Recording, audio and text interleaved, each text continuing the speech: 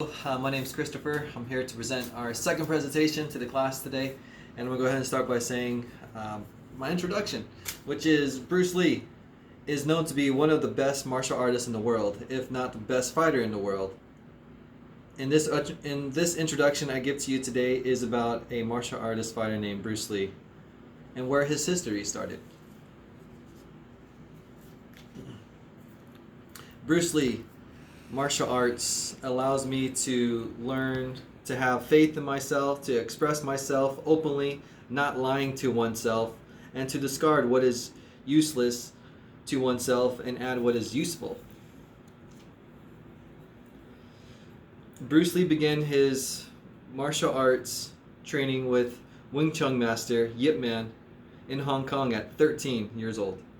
Bruce Lee trained with Yip Man and Yip Man's top students until he left for the United States in 1959. Pretty much behind me is a picture of Bruce Lee. Y'all don't know who he is or what he looks like. That's him.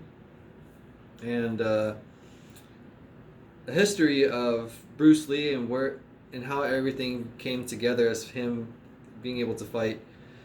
Pretty much how it started was as a teenager, as a young, Chinese boy. He was always taunted at school by other classmates, generally the British population. One in particular, his name was Jones, and I'm not sure why, but they just bullied him. They always, beat him up. One day he did get beat up by a group of 5 individuals from school, and once Bruce got home and how banged up he was, his parents were concerned, tried to call the school.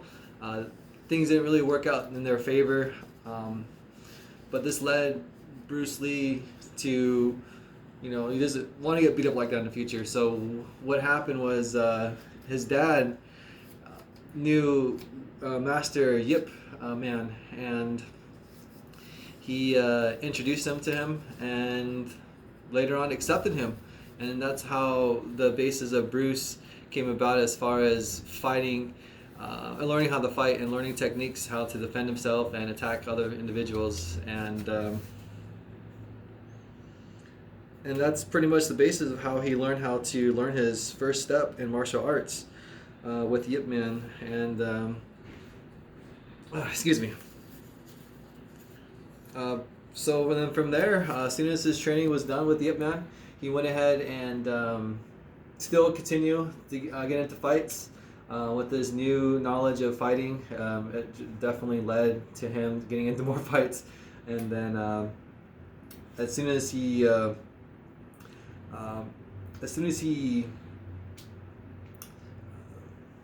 finished high school in Hong Kong, his dad sent him to America back in 1959 with only $100. And the reason for that is because he was getting into too many fights. His parents were concerned that he was going to get arrested, or get killed by other gangs that were in Hong Kong that were brutally disrupting the town that he was in. So that's where he pretty much went to U.S., continue his martial arts by going to college, working small-time jobs.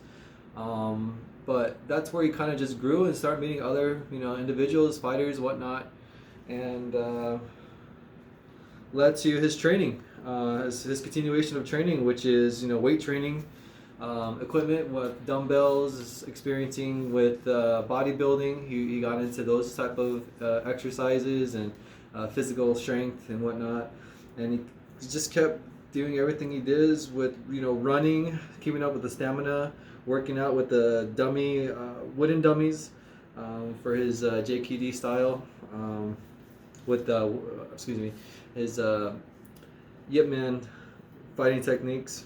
Uses bags.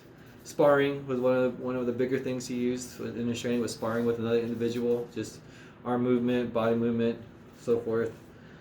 And as years went on, when he got older, in his 20s, he was starting to get noticed for his martial arts that he brought from Master Yip Man, and also his studies of other arts out there like karate and jiu-jitsu, any of those out there, and a bunch of other ones that are that he mixed into his own which is now called JKD or Jeet Kune Do, excuse me.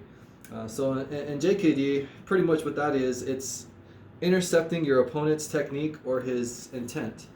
And this will pretty much, for example, if someone tries to strike at you, he's looking at your emotional context and he's absorbing that. So when you're throwing a punch, he's actually not only defending it, but he's also countering it. So that's something that is called simplicity, directness, freedom. So pretty much everything that Bruce Lee has brought to us, whether if it's his fighting style, I mean, without Bruce Lee from the beginning, there would have never been his martial arts style called JKD. Without bullies, there would have never been a Bruce Lee. So with that being said,